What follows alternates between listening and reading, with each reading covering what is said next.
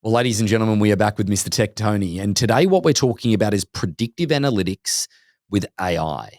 Now, this is something that I'm fascinated with how ultimately it can help with pricing real estate, but also the predictive analytics around the factor of taking a database and looking at all different sources of data to say who might be selling into the future. Tony talks also about some of the scary elements that are coming up that he's testing with the early stages within AI, where they have their own agents within your computer that are actually doing things for you. We discuss a little bit also about just the general marketplace and what the overall feel is from the real estate community with AI. Hope you enjoy. Welcome to Rethink Real Estate. My name is Ben Brady, and this is a real estate podcast aimed to deliver sales strategies, marketing tips, and business insights from industry experts and myself to build a listing-focused business for the future. Let's get into it. Well, ladies and gentlemen, the one and only Mr. Tech Tony. Howdy. How are you, mate? You doing all right? I'm good, man. Yeah, I'm good. It's a sunny day finally. We had some rain, but it's a sunny day. Mate, people in California melt when it rains. It's unbelievable. I had a big conversation about this with, I'm part of a professional group, and they were saying how on the East Coast, they're so much hardier than Californians. But then I bring up that when I go to the East Coast and I bring up earthquakes, they're all freaked out by it. Yeah. So, whatever. I tried to set up a bike ride between Drew, Chad, and myself on the weekend. We were going to go for a bike ride, and Chad turns up, and being in California now for over 10 years, I don't even look at the weather app. There's no point. It's always just the same, really. And right. Anyway, I'm getting my bike ready inside, and he goes, "I'm out." I'm like, "What's wrong?" He's like, "It's raining." I'm like, "No, it's not." I walk outside, it's raining, and I'm like, "Oh, it's just a sprinkle." And then I'm like, "No, that's not a good idea. You know, the three of us on bikes, it's just not going to work out." But anyway, yeah, well, mate, let's talk about something that I've been doing a little bit of research on. I know we've got a couple topics today, and we're going to try and keep it in the briefer side of things, but predictive analytics, right? Right. Now, what does that mean? Predictive analytics when it comes to AI, because I saw an article that came out where it said people are starting to rely too much on predictive analytics with AI. And then I thought about it in the real estate space. So naturally I went to ChatGPT and I asked it a question around, hey, what is predictive analytics used for within the real estate space? What can it be used for? And it started to give me a whole bunch of information. I went down a really deep rabbit hole. So what I did is I went down and I looked at a few different avenues. First and foremost, predictive analytics is based on what is the property worth based on current market data. And then the other portion of it is that, hey, if I gave you this data of the homeowners within this location, can you identify who might be looking at selling in the near future? Now, let me just dive into this and indulge me for a minute, Tony, because you're probably like, no shit, Ben. I worked this out ages ago. But I think that there's a part of this where, first and foremost, I was absolutely fascinated with a few different companies that are out there at the moment, Likely.ai. And then there's, I'm going to get it wrong. I think it's revaluation is the other one, where basically what they'll do, they'll take a database of people within a marketplace. Now, what they will do is they'll get stacks of data that's in comparison to mortgages, in comparison to household income, in comparison to time in property, in comparison to babies being born and new social security numbers being registered to those addresses. Like there's a whole bunch of stuff that it registers from, and then it puts it all into a group to then analyze. Like I didn't even think from a predictive analytic perspective that you could actually, like that's one of the greatest statistics ever. If you could actually see household income, go up or down, that's definitely predictive in the sense of, obviously mortgage default, you're probably way too far along at that point. If it's in default, this is preemptive analytics, which I think is really good. But then it's also, I don't know how reliable or how distracting it could be. I think everything's always got to be this end your normal prospecting. But what's your first thought on predictive analytics when it comes to not pricing? We'll get to that in a second, but on the prediction of who's selling. Right. So there's a lot there. The data is only as good. It's only as good as the data that it gets. And one thing that ChatGPT and a lot of the different models have been doing is they've been actually adding connection to other sources of data. So like web searches, that type of thing. And one thing I've been using quite a bit is DeepResearch, which is through ChatGPT, which is basically what it does. You give it, it's like, I want to, like what you just described, go ahead and search and give me and it'll search the internet and it'll scour it and then source it. And it'll actually have sources all throughout the websites, and it'll pull in articles, it'll go to websites. It doesn't do query searches from understand, which is where you want the data. Because the thing is that the source data is what you'd like. Yeah. Ideally, the way I would start a session is I would have either a database or a PDF document of here's a particular area. I would keep it a bit short and not get too large on your data set, because it just takes that data in and say, okay, here's the data of what I'm looking for. This is what I want you to do. And one little tip too that a lot of people don't think about doing is I'll actually have I talk to ChatGPT all the time. In fact, even on my phone, I just hit the button and I just ask it dumb questions. But you can ask it to say, okay, I'm going to do a deep research on this particular topic, finding likely sellers in this particular city based upon these kind of criteria. Create me a prompt to be used in deep research to have a document, and here's what I want. And then it will actually create how to speak to the machine to prompt it correctly. The one thing that a lot of people don't know how to do, and this is very geeky, is how to actually talk to the machine. Yeah, that's 100% right. You're Yeah. like to sit there and think about the question and then to dive into the indulgence of that question then. Right. But the thing that so just from my own clarity here, Tony, is because a lot of people will go to ChatGPT and then they'll try and like go, okay, give me some predictive analytics on this area and whatever it is. They're going to rip stuff out of, the internet that's already there. Really what this is best for is for you to get your own data that you know is credible and then ask it to analyze that data versus the other. Because why I'm saying that is because if you use it, let me give you an example on the predictive analytics of price value, because I think it's very useful, because I honestly believe that agents giving an opinion of value is not relevant in real estate, because that opinion is not one of which they're going to write a check for. And most of the time when an agent gives an opinion in a listing presentation, it's inflated just to get the business, right? So we know those agents.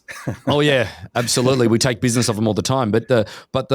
But where I'm going with this is that when I did an analysis on my house, it gave me and I did a really deep analysis. I didn't give it any of my own data. I just got it to source from the web itself. It gave me a $2 million range on what my property is worth.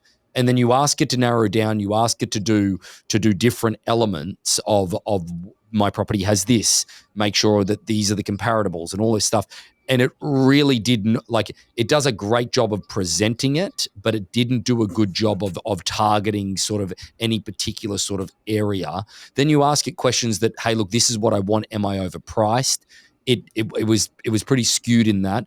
And that's what I'm worried about, is that people will take just ChatGPT taking data out of the internet as gospel, when the data that is out there is really incorrect. They're not going to. You need to kind of source your own stuff and have it all in a sense of stuff that you trust in order to get the best out of it. Right? Is that probably the best strategy? Yeah. So, and again, you just mentioned just like putting a straight prompt and expecting it to come out the results. So the way I usually do it is they've added project folders where you can have all these knowledge documents, say, around your property. And what's great about the way the machines do is it can take multiple different sources and then starts to predict, or based upon, there's a common thread here of properties that are selling with this, and it figures that out. Then you can start to have a conversation with those documents, with that data set, and then go out to the internet and scour to see predictive, okay, this is, what do you think the valuation is based upon all this knowledge, all these documents? Here's schools. Here you could kind of create your own valuation engine if you really wanted to, but most people are not going to. There are, though, you can create like ChatGPTs for free, so you could take that same document set and put the valuation on there, and they could actually search that. This is based upon certain areas. You could do that as well. But right. For agents, that's why getting out there and making sure. I mean, we don't like to give valuations, as you say. We're not going to write the check, but we need to see it. But again, the most popular. If you go into a listing presentation and you don't know what this estimate is, you're an idiot. You have to Yeah. know what this estimate is. Yeah. And because your client knows that. And then you have to say, okay, here's what the pricing is, and this is what's based upon this. And then you bring your knowledge and your expertise and some opportunities. And sometimes the pricing is very special, especially where it's hard. That's why auction's such a great method for that, especially if it's somewhere where, and it's really a great method for most, but it just, it's just that kind of approach. You want to make sure that you can kind of help it there, but at the same time, most people are not going to do that. That's the thing. Well, the thing that Tony, I know you're working on sort of a multifamily and commercial project at the moment where the numbers really make sense. And you and I are talking offline here for a moment. That is where it's actually scary to think about how good it was when numbers make more sense than the emotional element of just a piece of residential single family home or condo.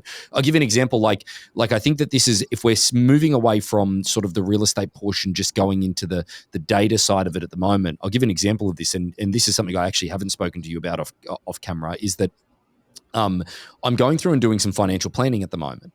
And based on, where I have money at the moment and what I've done with ChatGPT is that I've looked at everything that we have from a holdings perspective at the moment, and then I've asked it to take the last 30 years of results in the market of that particular sector. So say, for example, 401k, which is one of the things that we put our money into, is that I've said, hey, this is how much I have now. I will continue to contribute X amount for the next 30 years. Please take the historical data of the last 30 years and apply it to the next 30 and tell me how much, based on my contributions and how much I have in there now, how much I will have and what it will be worth. So then I've gone through and I've calculated, based on not investing on anything else, how much my net worth will be in 30 years' time. But then the other thing that then is added to is that then I've asked it to go through. I'm like, okay, now equate that to inflation, right? And Right. give me an understanding of what that net worth will actually mean in 30 years' time, because it gives me today's value, but what will that actually mean in 30 years' time? And it's actually staggering to think that it's a bizarre how much more you need than what you think. And Mhm. and where I'm going with all of this is that to be able to do that in a predictive sense on my own, it took me about 45 minutes to basically come up with an understanding from a predictability standpoint of the last 30 years historically, and using all of that stuff. It was so easy for it to do that. So then that leads over to what you're doing in real estate for multifamily and commercial properties, where it is just the numbers game. Oh, it's all numbers. Yeah, and that's the one thing I love about multifamily is that it's numbers based. So when we list a property, it's based upon what the income is, what the expenses are, and then and you have to. Well, it's interesting when you sell a property in a market, especially when you come income properties and it's north of 4 and below. Numbers still matter, but it's different. It's financing there is you can still it's still emotional a little bit. You go north of 5 and up, it is all the property has to qualify. So Mm. we look at what the capitalization rates are for the area, and that's the norm of all the properties selling. Here's what they're making for their client, and then based upon that, you start to then figure out, okay, this is what the property I'm representing is going to be coming into the market, and then you have a conversation with it, and it does a good job. Now, the one thing though, I still use a ton of spreadsheets, and I double check. I don't 100% trust unless I can see the actual data Yep. that it's referencing. I still make sure it's. I have a spreadsheet that check the math just to make sure it's 100%, and Right. it's about 95. There has been some things, but using it to do the valuations, like initially that was really tough to do. And there's like the one that controls everything is CoStar, and they have a great platform, and I'm able to take the data, pull it in, then have a session with ChatGPT, and then explain it to very sophisticated buyers and sellers, but at the same time take all this nerdy math stuff and say, okay, here's what's going on, this is what's selling, this is where your property's at. Have those hard conversations like, look, the revenue's where it's at. You're in rent control. You're not going to be able to increase it because it's stagnant for. And then you have this is all based upon income. So that's usually how that I've been using it So, recently. so can you walk us through just a little bit of? I know that I said today I wanted to stay to a particular time, but I'm just fascinated, Tony, for the audience. Is that can you walk us through? So you went to CoStar more specifically. Is it LoopNet or just CoStar in general? CoStar owns LoopNet. So Yep. think of LoopNet as the website where actually this is where listings go to die. It's the commercial space is amazing, but CoStar is the commercial MLS system Yep. for those, and it covers all the different commercial stuff. I do multifamily, so Yep. six plus, it needs to And be in there. your multifamily project, you've got 3 buildings with 7+ units in them that are Right. coming to marketplace. So you went and what data did you exactly look for in order to then feed into ChatGPT to then actually then give you all the things you wanted? Because I want people to get a practical experience of what it generated for you. So I went actually, most of the time when I would do comps, I would get really dialed in, and instead I kind of made it a bit larger, and so I could have kind of the whole feel of the area. So in this case, 2 of the properties in Inglewood, one's in Los Angeles. So the Inglewood properties were easy. I took the city of Inglewood, and then the unit complex, you're going to have different splits. For them, it's 5 to 10, and then it goes from 11 to 15, and it just goes even up higher than that. So I was interested, just dialed in on, okay, like kind properties were 5 to 10 units. Show me what's actually is for sale, so I can know what's for sale currently, and then have a separate search what actually is sold, and then you're able to look back for a period of time. And I took it for the past year just to give it a big enough data set that it can work with. And then having all the data, you export it out as a spreadsheet. You can export as PDF. Brought it into ChatGPT, uploaded multiple documents, by the way, not just one, multiple, into a project folder, and so okay. And I gave it, it's like, summarize, tell me what's going on for sales of these particular multifamily units in Inglewood. That's what's cool, is because before with websites, even with MLS, you got to know how to, pick the neighborhood, get the code, you do like a circle thing. This is where you're actually having a conversation with ChatGPT. So, okay, you are the filter. You filter everything out. I tell you what I'm looking for. Say, and you can actually like say, okay, where are some gems here too? It's like, what is the normal sales price? What is the average cap rate that are selling for units at 6 units or 7 units, and age is this? And then you have that conversation. It's building all this knowledge, and they say, okay, I have a property for sale. It's on Centinela. It's a 6-unit building. It's 1989. Here's the income is such, not high, but we have 3 units vacant, and the other 3 are still below market. And based upon these operating expenses, what do you think the valuation range is? And it comes back with a beautiful analysis on it. It's spot on, because I already kind of had an idea in my head looking through CoStar, because you do that after a while.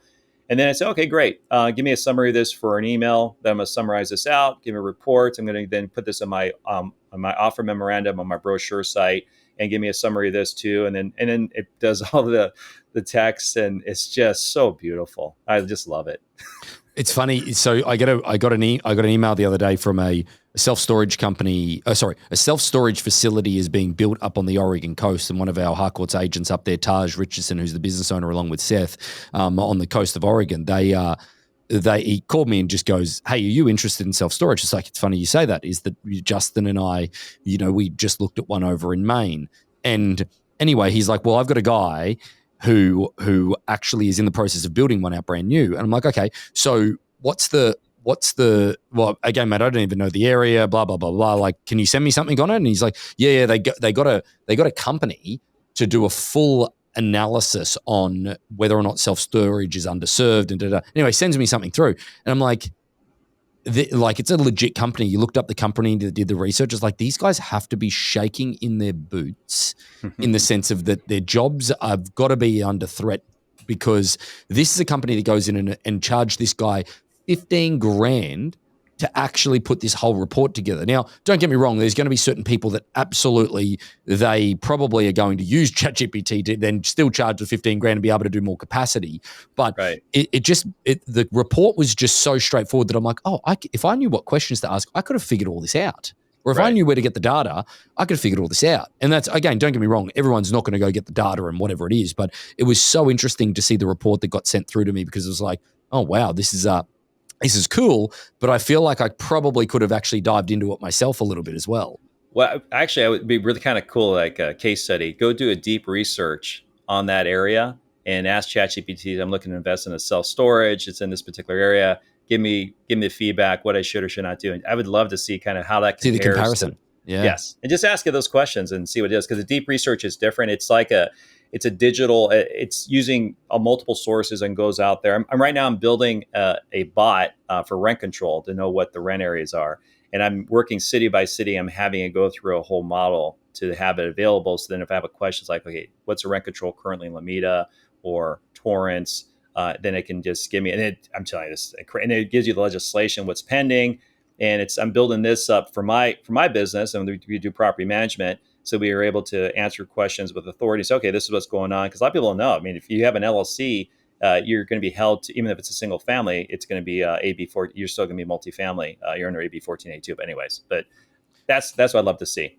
How do you make sure that GPT that you're creating, how do you make sure that stays relevant though? Like that, how do you make sure that it's up to date? So you keep the prompts, you save them, you can archive the prompts and you can update it. So then I have it as I start my session. So I collect prompts. I have like folders and I'll go back to it. So, okay, give me an update currently. And then you can update the prompt. You upload it to the agentic, the agent.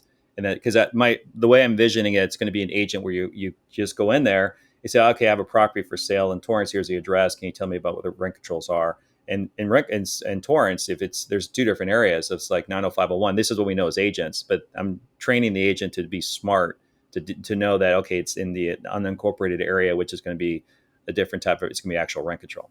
Right. It's one of my side projects. It's going to be amazing. Speaking of side projects, mate, you've been working on a few different things at the moment and doing a few different things. So why don't you enlighten the audience on a few other things that are in the works? Yeah, so I keep busy. So I went ahead and I took the dive. I upped my subscription to the $200 a month just to try it out. I'm not going to probably keep it there for a while because I wanted to get access to Operator. And Operator is so ahead of the game. Basically, this is where you could have anything using a virtual browser, a virtual computer, and anything that's browser based. It can do stuff for you. So I'm creating some WordPress. I have WordPress site. I'm adding some SEO pages to it, and I just had to do it. So and I had another automation I created, and it's now adding all the WordPress sites in the draft mode for me to go back and then review it and then authorize it. So it works on your behalf. It's slow, very slow. So go back one step. So you've gone in now and you've upgraded your subscription to ChatGPT to $200 a month, and it comes with, what's it called? Pro. There you go. So and then it comes with, what is it called, an agent? Like so basically you have somebody or something that if it's on your computer, it will, like, you can go, hey, create me a website of this, and it will do all of that for you. Or like book your flights. So this is the next. It's still really early. So yes, it'll do that, and it has some use cases there. That's what I talked about last time. Manus, you can do 20 at a time. This is one screen, and what it's doing, so it's weird, is that it will do a search first on Bing, because Microsoft, remember, invested in ChatGPT, because everyone, I watched a ton of videos of going, why is it going to Bing? Because they invested in it. And then it searches for it, and then you have to take it sometimes over and say, okay, log into your Google account. Then I take over the thing and I log into it. I'm going to do a video on this. This is actually pretty interesting. And then the way it works, you would think that it's like really quick. It's taking snapshots, screenshots like your phone could do, because you can actually take pictures of your phone and say, okay, what am I looking at? Or, this is this kind of stuff. Doing the same thing, and it's taking like a bunch of pictures, and it's figuring out, trying to do. So it's very slow. It gets there. It's painful to watch. It's exciting to watch, because I watch the computer trying to figure things out. It's like, oh, it doesn't know what it's doing unless you're very specific on the task. So if it's too broad of a task, you can just watch it just fumble around on the internet. It's like, why is it going over there? And you can take control and help guide it and you can save it as a task. So I find it interesting. Is it worth it? Probably not. Not yet. Not yet. No, it's not yet. What do you think? What do you think it could get to, Tony? Give me an understanding of where you think it can go eventually in your business. So to have a digital assistant that works alongside me, where I say, okay, go to Canva, create me postcards, give me an output, or go ahead and do comps for me, or go onto Zip Forms and do this Avid for me. Here are the notes. That's what I want. I want to have that assistant that basically, like, okay, this is what you got to do. Because I got to do an Avid after this, and my wife hates Avids. I have to do it. Yeah. Agent visual inspection, for those that don't know the California disclosure. Ooh, I used an acronym. Now, Tony, like, so could you eventually get to the point? Because could you get to the point where it's like, hey, I need to do an Avid for 123 Smith Street. Ask me the questions you need me to answer in order to complete the form. Could you get it to that point? Yeah, you could. Yeah, it's the thing is, it's not consistent. The one thing, and I've only had it for about a week, and it eats up a lot of my time just kind of watching it and go through the process. But if you have I figure if you have the prompts, I'm using the prompt, you probably could get it going there. What I've found is that too big of a task, it has a hard time. Yeah. Like you have to, especially when you're jumping from application to application, because but like our forms, one forms is online, so you could do that, and you could have it. So I could have a knowledge, like say I usually take notes on a Word pad or a Google Doc. I say, oh, here are my notes from Google Doc.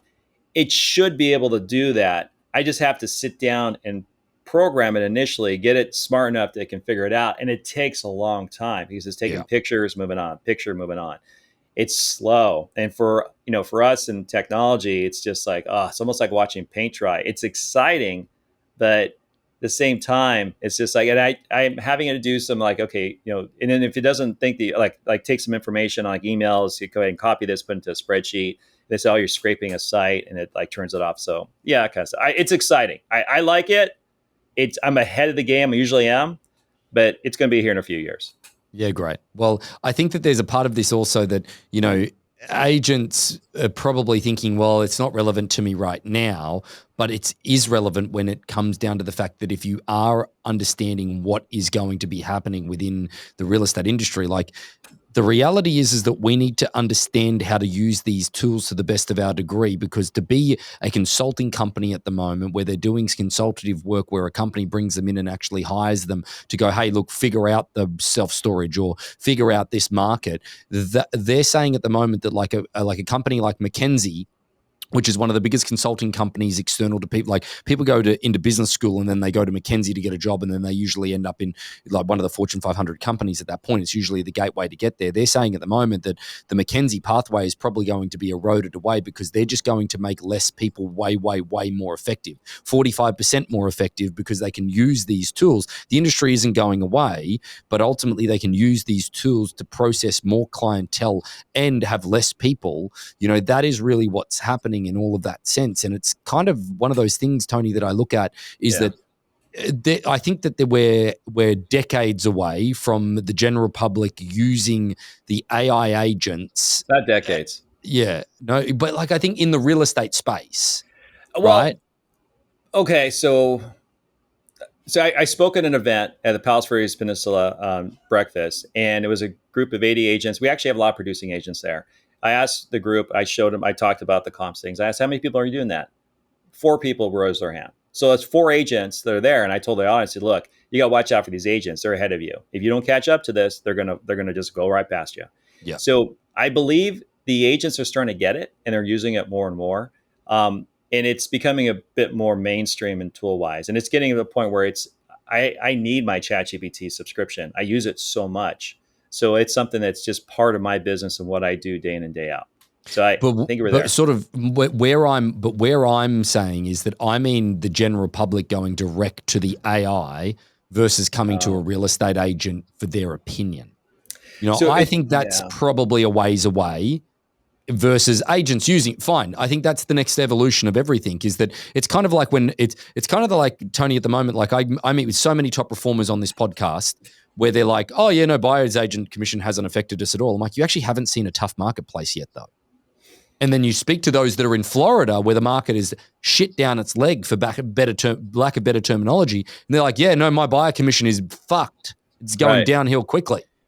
So my thoughts on our process for forms and going back and forth, I think it's very complex, and it's not going to get easy. That's the thing. So the agent, I mean, just like you can buy a home online. You want to, like new home construction, depends upon certain price bands, and you get more customized, depends upon the market. The market's going to dictate everything. So will agents be challenged by this? Absolutely. But the thing is, I see it more of those who use it and to help excel and 10x what they do, rather than it replacing them. I don't see it replacing them, because that's the singularity. Once it replaces us, then everything is done. So you got less to worry about selling real estate. You're going to have it take over. It's where we don't understand what it's saying, and that's kind of where it potentially could go. You can see all the movies, but I do see it as a tool, and I think it's going to make. I do know it's going to make most agents utilize it better at what they do. It's one of those things that I think I need to do for the audience's sake. Every single time we talk, Tony, there probably should be a radar or a monitor of like, we should have like a human real estate agent, and then there's a measure of how likely it is that they're going to overtake us every time we talk every month. I think that's what the audience wants to see. But mate, we appreciate you you helping us navigate this landscape. Yeah, my one tip is always be nice to ChatGPT. Do not be rude to it, just in case it does take over, because it will remember. I often find myself saying please and thank you to it all the time. Best thing to do. That's my number one tip. It's good. Thanks again, buddy. We appreciate you, and we'll see you next month. All right, man. See ya. So about 75% of our audience hasn't liked, followed, or subscribed to our podcast. It would mean the world to us, and it would help this podcast more than you know to expand our reach if you were to like, follow, or subscribe on any of the platforms that you're watching or listening on. Thanks again.